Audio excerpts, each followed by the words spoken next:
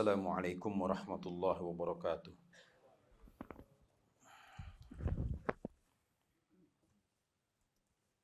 Allahu Akbar, Allahu Akbar, Allahu Akbar, Allahu Akbar.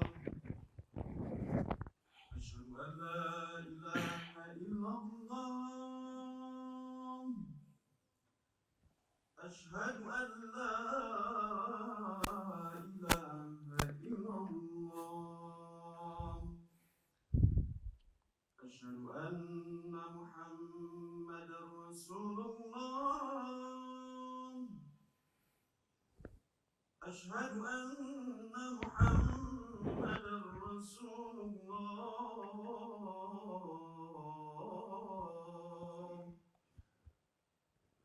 Hayya 'alas salam.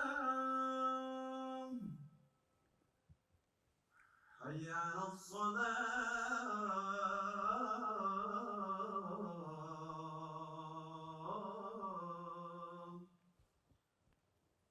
Hayya 'alal falah. Hayya 'alal falah.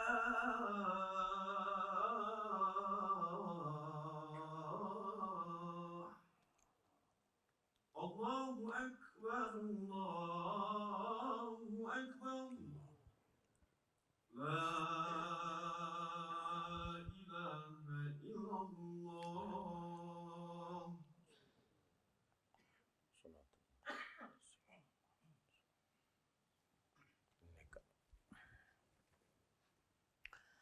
Alhamdulillah alladzi ja'ala al-jum'ata khaira ayyamihi.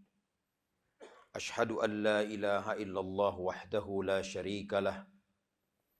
Alladzi ja'ala ash-shahadata khaira syahadati ala mulkiyati ala jalalati mulkiyatihi. Wa ashhadu anna sayyidana Muhammadan abduhu wa rasuluh. Syahadatan tarshuduna ila haqqi sabilih. Allahumma salli wa sallim wa barik ala nabiyhi wa abdihi wa khalilih sayyidi wuludi adama yawma liqa'ibih sayyidina Muhammad wa ala alihi wa ashabih wa man jahada fi sabilih hatta yawmi liqa'ibih. Amma ba'd, fa ya ibadallah usikum wa nafsi bitaqwallah. Wa qad awsana Allah ta'ala bitaqwahu kama qala ta'ala bismillahirrahmanirrahim. Ya ayyuhalladzina amanu taqullaha wal tanzur nafsum ma qaddamat lighadin wattaqullah. Innallaha khabirum bima ta'malun. Wa qala Rasulullah salawatullahi alaihi wa ala alihi. Ittaqillaha haitsuma kunta wa atbi'is sayyi'atal hasanata tamhuha wa khaliqin nasa bi khuluqin hasanin. Rawahu Tirmidzi fi sunanih. Sadaqallah wa sadaqa Rasulullah sallallahu alaihi wasallam. Hadirin jamaah Jumat yang dimuliakan Allah, Sayyidina Anas bin Malik radhiyallahu anhu, khadim atau pelayan Rasulullah sallallahu alaihi wasallam, mengisahkan bahwa pada masa Rasulullah sallallahu alaihi wasallam hidup seorang yang kaya raya, pemilik banyak kebun di kota Madinah bernama Abu Talhah. Abu Talhah ini mempunyai kebun kurma yang sangat indah dan merupakan kebun yang paling dia banggakan. Dan Rasulullah sallallahu alaihi wasallam sebagaimana dituturkan oleh Sayyidina Anas bin Malik seringkali masuk ke dalam kebun milik Abu Talhah tersebut, beristirahat dan mengambil air yang terbaik di dalam kebun itu. Satu ketika Rasulullah sallallahu alaihi wasallam menerima wahyu surat Ali Imran ayat 93. Allah Subhanahu wa taala berfirman, "Lan tanalul birra hatta tunfiqu mimma tuhibbun." Tidak akan kalian mencapai kebaikan surga sebelum kalian membelanjakan harta yang paling kalian sukai, yang paling kalian cintai. Sebagaimana sahabat pada umumnya, Abu Talhah ketika mendengar bahwa Rasulullah Shallallahu Alaihi Wasallam mendapatkan wahyu tersebut langsung menjumpai Rasulullah Shallallahu Alaihi Wasallam. Beliau mengatakan, wahai Rasulullah Shallallahu Alaihi Wasallam, sungguh telah turun kepada engkau ayat yang berbicara tentang sedekah. Dan sedekah yang paling utama adalah menyerahkan harta yang paling kita cintai, harta yang paling kita sukai. Di antara semua kebun yang saya miliki, sebagaimana engkau tahu, adalah kebun yang saya berikan nama Bayruha yang letaknya ada di depan masjid ini. Ya Rasulullah, saya sedekahkan harta ini kepada engkau dan saya serahkan pengelolaan harta ini sebagaimana yang Allah sampaikan kepada engkau. Lalu Rasulullah Shallallahu Alaihi Wasallam secara spontan mengeluarkan satu kalimat, bakhin dzalika malun rayih, dzalika malun rayih. Kata Rasulullah, ini harta yang penuh dengan keberuntungan. Harta ini adalah harta yang beruntung. Maka Rasulullah Shallallahu Alaihi Wasallam kemudian memerintahkan kepada Abu Talhah untuk membagikan harta itu, kebun kurma itu kepada keluarga dekatnya. Lalu Abu Talhah sebagaimana diriwayatkan oleh Sayyidina Anas bin Malik membagi-bagi kebun itu untuk keluarganya dan anak-anak pamannya. Riwayat ini disampaikan secara sahih oleh Imam Bukhari dan Imam Muslim di dalam kitab hadisnya. Hadirin yang dimuliakan Allah Subhanahu wa taala, dari kisah yang disampaikan oleh pelayan Rasulullah Shallallahu Alaihi Wasallam tersebut, kita bisa mendapatkan banyak pelajaran. Yang pertama, bahwasanya para sahabat demikian percaya kepada Rasulullah Shallallahu Alaihi Wasallam, mereka menyerahkan harta mereka untuk dikelola oleh Nabi, karena mereka tahu bahwa Nabi tidak akan mengutamakan kepentingan dirinya sendiri melalui harta yang dititipkan kepadanya. Rasulullah Shallallahu Alaihi Wasallam mempunyai jiwa amanah, sehingga jika dikatakan kalau Rasulullah Shallallahu Alaihi Wasallam inginkan harta, tentu beliau ketika meninggal dunia meninggalkan banyak harta. Tetapi sebagaimana diriwayatkan oleh istri beliau Aisyah radhiyallahu anha, harta Rasulullah yang ditinggalkan pasca wafatnya beliau hanyalah 3. Yang pertama, Rasulullah hanya meninggalkan 2 lembar kain gomis ambijaniyah yang beliau terima sebagai hadiah dari Yaman. Kemudian yang kedua, Rasulullah Shallallahu Alaihi Wasallam meninggalkan segulung tikar yang apabila dipakai untuk tidur akan meninggalkan bekas di pipi Rasulullah Shallallahu Alaihi Wasallam. Dan yang ketiga, harta yang ditinggalkan oleh Rasul adalah sekantong roti kering yang selalu beliau panaskan jika beliau merasa kelaparan. Hadirin yang dimuliakan Allah, bagaimana bisa seorang pemimpin besar, seorang yang doanya dikabul oleh Allah Subhanahu wa taala, andaikan Rasul meminta kepada Allah agar gunung Uhud itu dijadikan sebagai gunung emas, maka pasti Allah jadikan gunung Uhud itu sebagai gunung emas. Tetapi dengan segala macam fasilitas dan keistimewaan yang dimiliki oleh Rasulullah Shallallahu Alaihi Wasallam, beliau memilih hidup sederhana. Beliau tetap mempertahankan kepercayaan sebagian besar orang kepada beliau. Inilah yang menjadi dasar bahwa Rasulullah Shallallahu Alaihi Wasallam disebut sebagai amil terpercaya dalam mengelola zakat dan infak para sahabat. Karena beliau tidak mungkin mengambil bahkan 1 biji kurma dari sedekah yang diberikan para sahabat kepada beliau. Mari kita bandingkan dengan kasus-kasus yang beredar saat ini ketika ada sekelompok oknum yang memanfaatkan donasi, sumbangan, harta, sedekah, zakat untuk kepentingan dirinya sendiri. Pelajaran yang kedua yang bisa kita ambil dari riwayat yang disampaikan oleh Sayyidina Anas bin Malik radhiyallahu anhu tersebut adalah bahwa perbedaan antara kita dengan generasi para sahabat terletak pada spiritualitas. Generasi sahabat tidak mengenal teknologi 5G, 4G, 3G dan sebagainya. Generasi sahabat tidak mengenal bagaimana mensistematisasi pemikiran sehingga bisa runtut dan mudah dipahami. Generasi sahabat juga bukan generasi yang berhasil menemukan penemuan-penemuan spektakuler sebagaimana kita lihat pada generasi sekarang. Tapi mereka punya keistimewaan, yaitu tingkat spiritualitas mereka yang tidak mungkin bisa ditandingi oleh generasi sekarang. Generasi sekarang memang banyak dikatakan sebagai generasi yang penuh dengan keunggulan. Generasi milenial, generasi yang melek teknologi yang luar biasa, tapi kering secara spiritual. Generasi yang canggih secara rasional, tapi spiritualnya lemah dan bahkan mentalitasnya rapuh.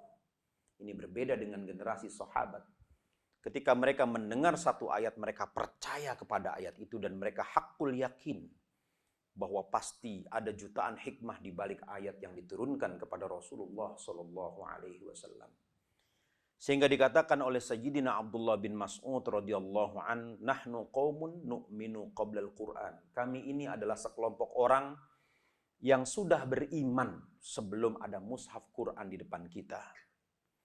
Quran belum dicetak pada saat itu. Quran belum ditulis dengan rapi pada saat itu. Tapi para sahabat percaya betul bahwa Quran itulah yang bisa menggerakkan kehidupan dan mengangkat derajat manusia dari kerendahan menuju kepada kemuliaan. Hadirin yang dimuliakan Allah, keunggulan spiritual ini tidak akan mungkin terulang lagi karena para sahabat disebut sebagai sebaik-baik generasi sebagaimana dikatakan oleh Rasulullah Sallallahu Alaihi Wasallam. Hikmah ketiga dari riwayat yang disampaikan oleh Sayyidina Anas bin Malik adalah tentang harta yang membawa keberkahan. Harta yang membawa keberkahan adalah harta yang bisa mempersatukan dan menguatkan ikatan keluarga. Bukan harta yang kemudian menjadi ajang persaingan, pertarungan, bahkan saling menumpahkan darah satu sama lain. Maka di dalam riwayat itu Rasulullah Shallallahu Alaihi Wasallam ketika diserahkan kebun kurma oleh Abu Thalhah, beliau menyerahkan kembali hak untuk membagi harta itu kepada Abu Thalhah sembari memberikan rekomendasi, berikan kepada keluarga dekatmu. Seakan-akan ini menjadi isyarat bagi kita bahwa harta yang kita miliki harusnya menjadi harta yang bisa mempersatukan hati anak-anak kita. Bukan harta yang membuat anak-anak kita menjadi saling bersaing satu sama lain, kakak merasa mendapat hak yang lebih besar, sedangkan adik mendapatkan hak yang lebih kecil dari kakak. Atau si bungsu mendapatkan bagian yang lebih besar karena dia adalah anak yang paling disayang, sedangkan yang paling tua tidak perlu mendapatkan bagian yang lebih banyak. Hadirin yang dimuliakan Allah, berlaku adil kepada anak merupakan perbuatan yang sulit untuk dilakukan.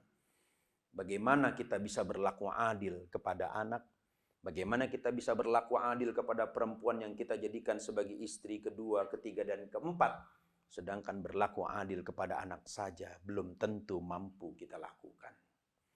Hadirin yang dimuliakan Allah, harta yang berkah adalah harta yang mengikatkan ikatan keluarga, menguatkan ikatan keluarga. Sehingga harta itu mendamaikan. Sehingga ketika kita mati, anak-anak kita tidak akan memperebutkan harta. Bahkan kita akan mendapati satu pemandangan yang elok. Ketika kita mati, harta yang ditinggalkan itu justru mendorong anak-anak kita menyerahkan harta itu kembali kepada Allah Subhanahu wa Ta'ala. Mewakafkan tanah yang dimiliki untuk didirikan masjid. Menyerahkan harta yang dimiliki untuk pengembangan kegiatan-kegiatan sosial. Dan inilah yang dikatakan di dalam hadis Rasulullah Sallallahu Alaihi Wasallam. Idza mata ibnu Adam, apabila manusia mati, in qata'a amaluhu illa min salasin, terputus semua pahala amalnya kecuali 3. Yang pertama Rasulullah sebutkan shadaqatin jariyatin, kebaikan yang terus mengalir, artinya harta yang membawa manfaat, yang manfaatnya dirasakan terus-menerus oleh orang-orang sesudah kita. Lalu kemudian yang kedua, ilmin yuntafa'u bihi, ilmu yang memberikan manfaat, dan yang ketiga waladin sholihin yad'u lahu, anak soleh yang selalu mendoakan. Hadirin yang dimuliakan Allah Subhanahu wa Ta'ala, marilah melalui mimbar ini khatib mengajak hadirin untuk kembali melakukan introspeksi. Apakah harta yang kita dapatkan dan kita berikan kepada anak-anak kita menjadi harta yang mampu mendamaikan mereka, harta yang mampu mempersatukan mereka, harta yang akan menguatkan ikatan mereka sebagai saudara. Jika kita mampu melakukan itu, maka insya Allah apa yang kita tinggalkan ini akan mendatangkan manfaat yang tidak saja kita rasakan di dunia, tapi juga manfaat ketika kita nanti ditanya oleh Allah Subhanahu wa taala. Semoga Allah jadikan harta yang kita dapatkan sebagai harta yang membawa keberkahan. Dan semoga keberkahan itu akan menggiring anak-anak kita kepada kebesaran. Dan semoga kebesaran yang diraih itu mendatangkan keridhaan dari Allah Subhanahu wa taala. Bismillahirrahmanirrahim. Wal 'asr innal insana lafi khusr illa alladhina amanu wa 'amilus solihati wa tawassaw bil haqqi wa tawassaw bis sabr. Barakallahu li wa lakum fil Qur'anil Hakim wa nafa'ani wa iyyakum bima fihi minal ayati wa dzikril hakim. Aqulu qawli hadza astaghfirullahal 'azima li wa lakum wa lisairil muslimina wal muslimat wal mu'minina wal mu'minat fastaghfiruhu innahu huwal ghafurur rahim.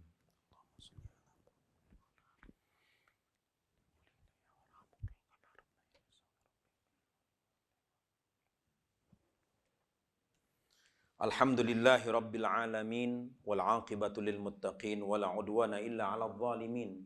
Ashhadu an la ilaha illallah dzul jalalil mubin wa ashhadu anna sayyidana Muhammadan abduhu wa rasuluh sadiqul wa'dil amin. Allahumma salli wa sallim wa barik ala hadzal nabiyil amin wa ala alihi at-tayyibin wa ashabihi al-akramin wa man tabi'ahum bi ihsanin ila yaumiddin. Amma ba'du fa ya ibadallah usikum wa nafsi bittaqwallah wa qad faza man ittaqa lianna Allah ta'ala wa'ada al-muttaqina bil jannah kama qala ta'ala bismillahirrahmanirrahim wasari'u ila maghfiratin min rabbikum wa jannatin 'arduha as-samawati wal ardu u'iddat lil muttaqin wa'lamu anna Allah ta'ala amarna bi amrin bada'a bihi bi nafsihi wa sannal malaikatul musabbihuna 'ala qudsihi wa qala ta'ala wa lam yazal qailan 'alima innallaha wa malaikatahu yusalluna 'alan nabi ya ayyuhalladzina amanu sallu 'alaihi wa sallimu taslima. Allahumma salli 'ala Muhammad wa 'ala ali Muhammad kama sallaita 'ala Ibrahim wa 'ala ali Ibrahim wa barik 'ala Muhammad wa 'ala ali Muhammad kama barakta 'ala Ibrahim wa 'ala ali Ibrahim fil 'alamin innaka Hamidum Majid. Wardillahumma 'anil sahabati ajma'in wa 'anil arba'atil khulafa'ir rasyidin wa 'anil a'immatil arba'atil mujtahidin wa atba'it tabi'in wa 'anna bi rahmatillahi rabbil alamin. Allahumma ighfir lil muslimina wal muslimat wal mu'minina wal mu'minat al ahya'i minhum wal amwat irfa' lahumud darajat wa kaffir 'anhumus sayyi'at wa dha'if lahumul hasanat ya qadiyal muhimmat. Allahumma ansuril islam wal muslimin. Allahumma ighfir li ummati sayyidina Muhammad. Allahumma arham ummata sayyidina Muhammad. Allahumma ansur ummata sayyidina Muhammad. Allahumma astur uyuba ummati sayyidina Muhammad. Ya latifan bi khalqih wa ya aliman bi khalqih wa ya khabiran bi khalqih. Ultuf bina ya latif ya alim ya khabir ya latifan lam tazal ultuf bina fima nazal. Innaka latifun lam tazal ultuf bina wal muslimin. Rabbana ja'alna muqimis salah wa min dhurriyyatina rabbana wa taqabbal du'a. Rabbana ighfir lana wa liwalidina warhamhum kama rabbawna shighara. Rabbana ja'alna muqimis salah wa min dhurriyyatina rabbana wa taqabbal du'a. Rabbana atina fid dunya hasanah wa fil akhirati hasanah wa qina adzaban nar. Sallallahu ala sayyidina Muhammad wa ala alihi wa sahbihi wasallam. Walhamdulillahi rabbil alamin. Ibadallah innallaha ya'muru bil 'adli wal ihsan wa ita'i dzil qurba wa yanha 'anil fahsya'i wal munkari wal baghi ya'idzukum la'allakum tadhakkarun. Fadhkurullahal 'azima yadhkurkum washkuruhu 'ala ni'amihi yazidkum was'aluhu min fadlihi yu'tikum wa la dzikrullahi akbar wallahu ya'lamu ma tasna'un. Aqimus shalah.